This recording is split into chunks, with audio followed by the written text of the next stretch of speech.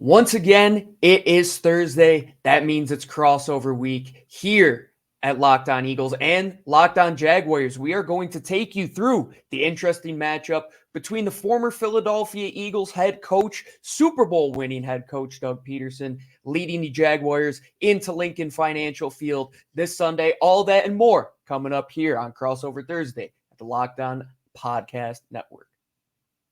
All right, everybody, welcome on in to another edition of Crossover Thursday. This one only happens every 4 years, and it was 4 years ago I started at Locked On, and I'm happy to be with our friend from Locked On Jaguars, Tony Wiggins. I'm Gino Camilleri from Locked On Eagles.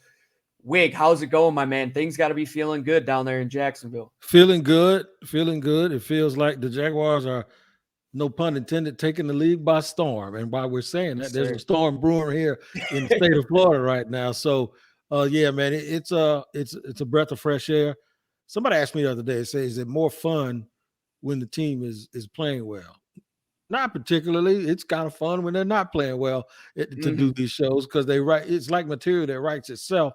But what is fun and what is refreshing is to see the fans leave the games happy. The sports bar is full of people that are happy. Folks are waving to you on Monday morning as opposed to, being all upset. And, no finger pointing and no infighting amongst the team and the management. And we're not talking draft for the next year after 3 weeks of the season. They're actually talking about possibly playoffs. So that's fun. That much has been really, really fun. And it's good to see that we're going to get another good test this week. The 3-0 Philadelphia Eagles taking on the 2-1 Jaguars, coming off of a Chargers game where they really, like you said, took the league by storm. I want to start with the biggest storyline. We obviously know who's coming back to Lincoln Financial Field. The guy has a bronze statue out front. Doug Pederson, what has he done just in 3 weeks? What has been his main talking point? And has he stood by that so far into his coaching tenure? Yeah, that's a good question. And you guys are extremely familiar with Doug Pederson. One of his talking points is what he actually doesn't have to say. And what that is he has a Lombardi trophy. And when you have that in your repertoire, you walk a certain way, you walk into a room, and the first thing you think of is you go, there's a Super Bowl champion right there. So when you have that, you have a certain cachet about you that allows you to have everyone hanging on all of your words, to say things, and they believe you. There's been a lot of things said here in the past by a lot of different people, particularly the last year, where it sounded good and it sounded big, but it never came into fruition because that person did not know how to make it manifest in the victory. So it's the credibility that he has and the fact that he came in and he knew that this team was a little bit fragile in its psyche, and he handled it the right way. He didn't come in as a bully. He came in and he earned their trust. And now they work really hard during the week and they respond to everything he asked them to do. And what you see is on the field, everyone talks about his play calling. But he said the other day, those plays don't work if those guys can't execute and don't have confidence. So there's a lot of work that's going on during the week that when they get on the field, it's just demonstrated performance of who they are and what they've been working on the rest of the days of the week. I step back and I look at the situation in Jacksonville, and I find it very similar to when Chip Kelly ended up leaving Philadelphia, where you're in this tumultuous situation. And who do you bring in? You bring in an even-keeled guy who has a good demeanor about him, has played around high-quality people. I mean, he sat not high-quality people in terms of who he is off the field, but Brett Favre was a good football player, and he learned what it takes to win as a player and as a coach. And I see very similar mindsets between Nick Sirianni and Doug. We knew in Philadelphia, he was a player's coach. He would get those guys to respond even when your back is against the wall. Nick Sirianni has spoken a lot of those same things, and they have brought in a lot of talent on both sides this offseason. I want to get into just that. How has the talent that you've brought in, the guys like Christian Kirk, has Doug put them in a position to succeed? Because Nick Sirianni has said that time and time again. That's how he wins as a coach, and I firmly believe it from what I've seen. But Doug, he goes into that situation with the Cons wanting to get a winning football team out there. They spend all this money, and for once it looks like the Jaguars they won free agency with what they have done so far. And I just want to hear your take on that. Well, my take on it is that's one thing. It jives and goes along with Trent Baalke, the GM, and that's shocking to hear me say that. Trent Baalke is a traits guy. He loves. That's why Trayvon Walker was the number one pick. He's a traits guy. And when you watch the tape, I know Brian Baldinger put out a tape this week. It doesn't show up in the stats everything that kid does until you get somebody to break it down. He plays with violence. He's long. He's lean. So because of that, and they go for traits, what they do is they just get the talent in the building, and then they fit their scheme around the talent, as opposed to going out and looking for certain guys that fit that scheme and trying to sometimes fit a square peg into a round hole. Everyone on this team, it seems like the offense and things that they ask them to do are catered around their strengths. So I think that that's a big deal too. And we saw that in Philadelphia with him. And I will admit we have seen that with Nick Sirianni, because I was going to ask you about Nick Sirianni. And the thing is his history as a wide receivers coach in places like San Diego before they became the Chargers and in Kansas City, those always have been teams where they got a lot of production out of those positions, and everything was catered around the strength of those guys. So even though you guys lost Doug, and I was telling this to somebody yesterday, I did a podcast with in Philly. I said, even though they lost Doug and the fans weren't happy about it, to be in this position where they are right now, they've sort of recovered pretty well, considering the fact that they let a really good coach go out of the door. And I want to hear your opinion on that. I am right behind you on that, because you look at that situation, and we'll talk about the matchups when we come back after the break, but you look at what happened in Philadelphia. Doug was tied to Carson Wentz, and Jeffrey Lurie was tied to Howie Roseman. Did I want to see Doug Pederson go? Absolutely not. He was in a tumultuous situation year after year after year. Even in the Super Bowl year, you're without Jason Peters at left tackle. You lose Darren Sproles. You lose all of these guys, and you take down the best quarterback of all time with a backup quarterback. And then in 18, you get this stretch at the end of the season, which puts you into the playoffs. Same with 19. And now you're looking at Nick Sirianni. It kind of mirrors that last 2 years of Doug when he made the playoffs prior to 2020, which we know was a disaster. But Nick Sirianni starts 2-5, has been in that situation prior in Indianapolis where they got out to a horrendous start a few years ago. I know you remember that, where they end up going on this long stretch down the end of the season and winning games. Now the thing with Nick was, can they start hot like Doug Pederson's teams used to do? And can they do it on a continuous basis? Because that's what Doug Pederson is. I say he's a pillar of continuity. He is going to keep things even-keeled. He is going to keep the boat afloat, and he is going to make guys believe in themselves when they might not believe in them. And you look at the season, I think back to Nelson Aguilar on your point in terms of wide receivers. In the Super Bowl year, he had the best season of his career. And why is it? They put around all of this talent into that offensive pool in terms of coaches, and they've taken that same strategy with Nick now. And you really see just the guys around him. Quarterbacks coach Brian Johnson, wide receiver coach Aaron Moorhead, the best offensive line coach in football, and Jeff Stoutland. You have to be surrounded by smart individuals. You can't just do it by yourself in the NFL. It's an 11-man game. It's a 53-man roster. And you look at how deep some of these staffs are. There's a reason you have to do it. And Doug, he will surround himself by guys who are just in the similar mindset as him to get the best out of their matchups week in and week out. And that's what we're going to talk about coming back after the break. But Tony has a message from our friends over at the official sports book of the Locked On Podcast Network, BetOnline. That's right, man. BetOnline is your number one source for football betting info this season. Find all the latest player developments, team matchups, news, podcasts, and in-depth articles and analysis on every game you can find. And as always, BetOnline remains your continued source for all your sport wagering information with live betting and up-to-the-minute scores for every sport out there. I know most people thought Cooper Rush wasn't going to get it done, but I bet if you'd have looked at BetOnline and found some of the analytics and metrics, you probably would have won you some money the other night, because it's the fastest and easiest way to check on all your favorite games and events, including Major League Baseball, MMA, boxing, and golf. Head to betonline.net or use your mobile device to learn more, because BetOnline is where the game starts. Now we're going to start segment 2, but I have to let you know that today's episode of Locked On crossover between the Jaguars and Eagles is presented by PrizePicks. PrizePicks is daily fantasy made easy. Pick 2 to 5 players, and if they score more or less than their prize pick projection, you can win up to 10 times your money on your entry. First-time users can receive a 100% instant deposit match of up to $100 with promo code Locked On. That's PrizePicks.com.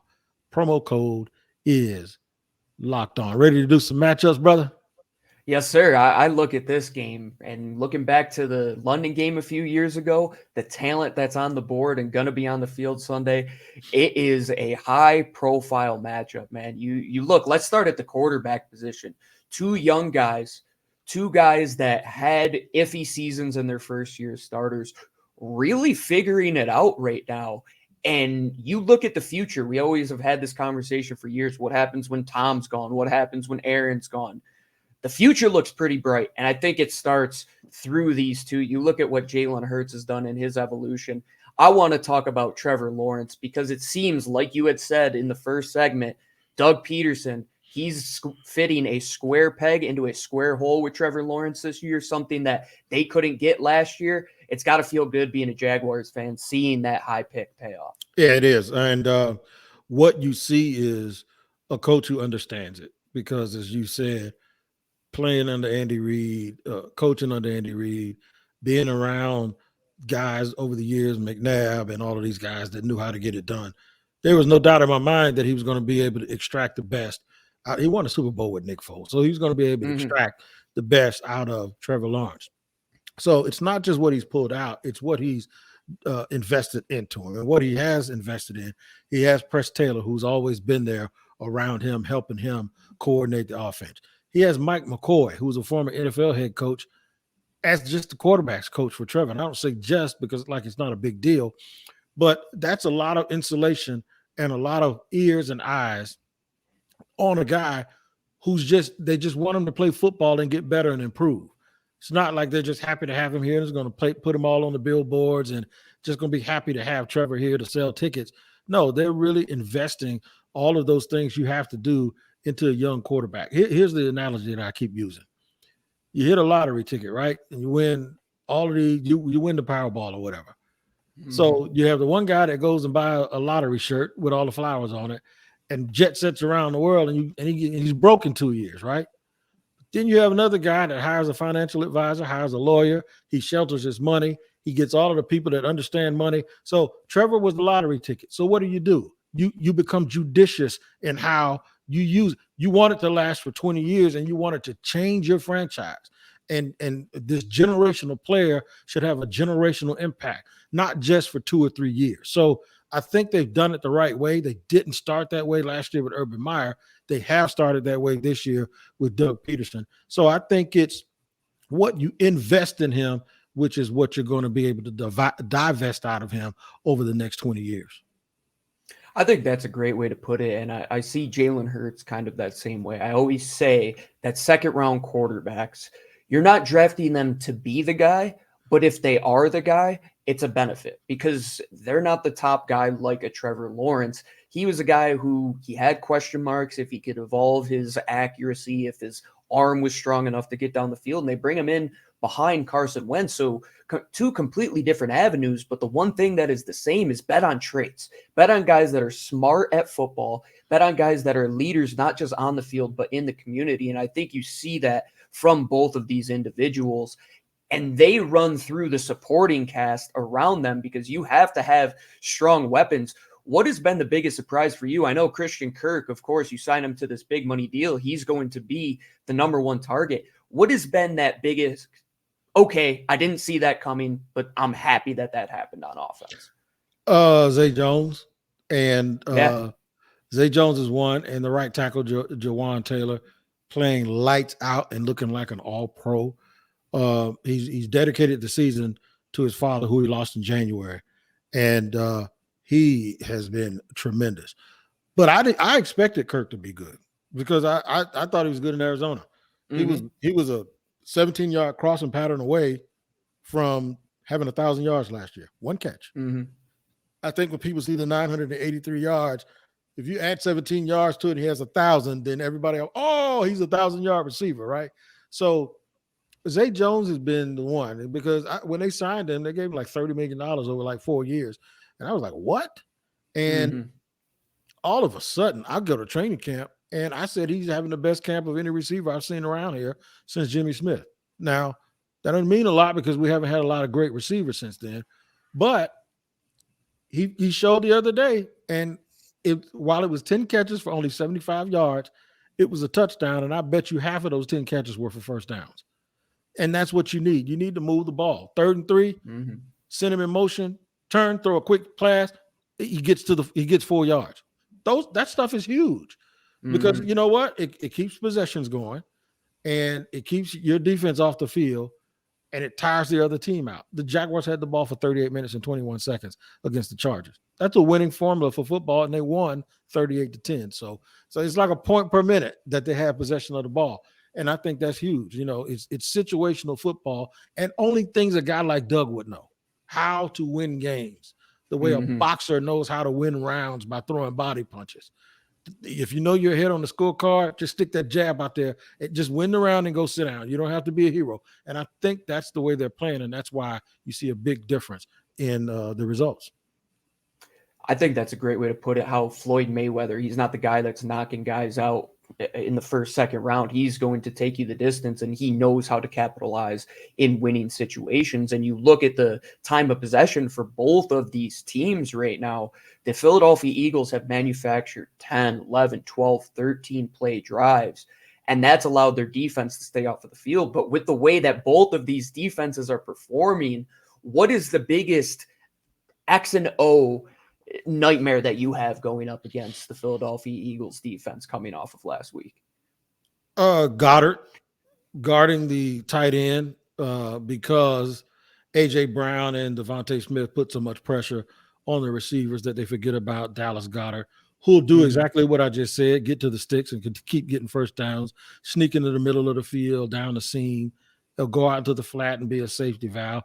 That and the pass rush extending itself too much beyond Jalen Hurts' armpits and giving him alleys to run the football, and also create short down and distance situations and convert third downs. Now, that's a lot, but those are two really, really big things. And that's why I think the key matchup for me is the corners. If the corners can hold their own and give the edge rushers the time to get where they need to be and force Jalen to play from the pocket, I think the Jaguars can do okay. What about you? What's the biggest matchup for you guys? I look at the youth on the defensive line for Jacksonville right now. Both teams have invested in a similar way in terms of you invest from the core and you work outside. And Doug Pederson has seen that offensive line, defensive line pays off. Now you bring in Trayvon Walker. You already have a deep group there as well. I am just worried about how the youth and the explosion is going to give fits on the outside to these Eagles pass rushers, because it's kind of a precursor to what we'll see in Micah Parsons within a few weeks. Because I look at Trayvon Walker, you're going to be dealing with a player who's just explosive. How does Jordan Mailata and Lane Johnson hold up against that? And I also look at the corners, the way they're playing, they're shutting down. I mean, Justin Herbert, Mike Williams was even in that game last week. So can the Eagles wide receivers maintain consistency against an improved secondary where we have seen 3 good games? But the one question Lou and I always have for the offense: can Jalen Hurts remain consistent? If you can get to him early and often with that 4-down pass rush, that's an area where we have to see improve with him as well. So when he's tested, we'll see how the results play out. But until then, this might be the best group that we've seen up front in the first 4 matchups. No doubt about it. Predictions in just a second here on segment 3, and we'll do it after I tell you about our friends over at BriteCo. And I do this with a story about myself. Went to Cancun, got on a catamaran with a bunch of people, didn't anticipate that I was going to get in the water, got talked into it, and did not realize I had my very, very valuable fraternity ring on my finger, and it ended up in the ocean. Now, the only problem with it, I could replace it, but I had to pay for it. You don't have to do that if you go to these guys at BriteCo, because they are geniuses. They make buying insurance for your engagement ring, your watch, or whatever so freaking easy. You can get it covered in 2 minutes on your cell phone. You won't find a better deal on great coverage that's super affordable. It's Bright-Co/locked on. Bright-.co/locked on. For about $5 a month, you get totally comprehensive coverage, and it won't take you more than a couple of minutes on your phone. Check it out once again, bright-co/locked on. All right, everybody, wrapping up. Crossover Thursday, one we only get every 4 years, taking on the AFC South Jaguars and the NFC East Philadelphia Eagles. 3-0 versus 2-1. Former Super Bowl winning head coach coming back to Philadelphia. I'll start with my first prediction. He's not going to get booed. They're going to give him a standing ovation. This will be the first revenge game where they're not booing this guy. It's well-deserved, and I think at the end of this game, we're going to see two teams that are going to lead the future of the National Football League when it comes to offensive play. If he doesn't get booed, it will be the first time somebody doesn't get booed in Philly. Santa Claus, Kobe Bryant, the late Kobe Bryant, Beyonce, all of them, everybody gets booed in Philadelphia. But I would agree. I have friends that I was actually with during the preseason. They are from Philly. We were in North Carolina. And the Hall of Fame game came on, and they saw Doug Pederson, and they looked like they wanted to cry. They said, that's our coach. And when you bring a championship to a team like that, I can understand it. I grew up in Washington. Philly was a rival. So I'll go all the way back to Vet Stadium. I understand the connection those people have to that team. And I also understand that the team usually, when they're good, they really personify the community and what Philly's all about. But I'm going to make another prediction, and that prediction is Jaguars going to whoop y'all ass 24-16, and it's going to be 24-16, but I will agree with you, a hard-fought game. So here's the butt of my prediction. It's not like – I don't look at them as this upstart team anymore. I've watched them play. I saw them practice. To me, the reason why I like them so much is because they're doing it in an old-fashioned, no-frills way. They're winning the line of scrimmage. They're winning the turnover margins. They're out tackling people. They're tackling well in space. They're keeping their quarterback upright, and they're stopping the run, and they're winning on early downs and putting you in long down and distance situations. That's just basic football, man. It ain't like, a whole bunch of tricks and flea flickers and all that. No, it's just regular stuff. It's time of possession. It's protecting the football and taking the football back from your opponent. So Newt Rockney would sit there and go, that's textbook. So when it's that real and it's that tangible and it's that by the book and professional, that's why you like the team. It doesn't seem like a fluke. So I know, everyone else looks at the Jaguars as this team that's come out of nowhere. But when they're playing football the way football people, if you got Newt Rockney and you got Vince Lombardi and Chuck Noll and all of them, put them in a huddle, the prescription that they give you is exactly what Jaguars have been doing. So that's why I think it's real. The emotion with Doug Pederson coming back to Philadelphia is a huge factor in this game. He knows how to get his guys to play in these type of moments. It's just what he does. It's what he did in Philadelphia. And you look at what Jacksonville has done, it shouldn't be a shock, like you said. They've gone out there, haven't turned the ball over much. They're getting turnovers. They're holding on to the rock. That's the same formula for the Philadelphia Eagles. I don't see this being a high-scoring matchup. I think 24-16, that gets you to around 40 points right there. I think in the end, that's a pretty even score. I think it comes out to be a field goal game. The line right now on betonline.net is 6.5 points in favor of the Eagles. I think the Jaguars cover. I think it's close late, and I think whoever wins this game wins it with either a fourth quarter comeback drive at the end, or they win off a game-winning field goal. I could see it going 2017 either way. Would I be mad to lose to Doug Pederson?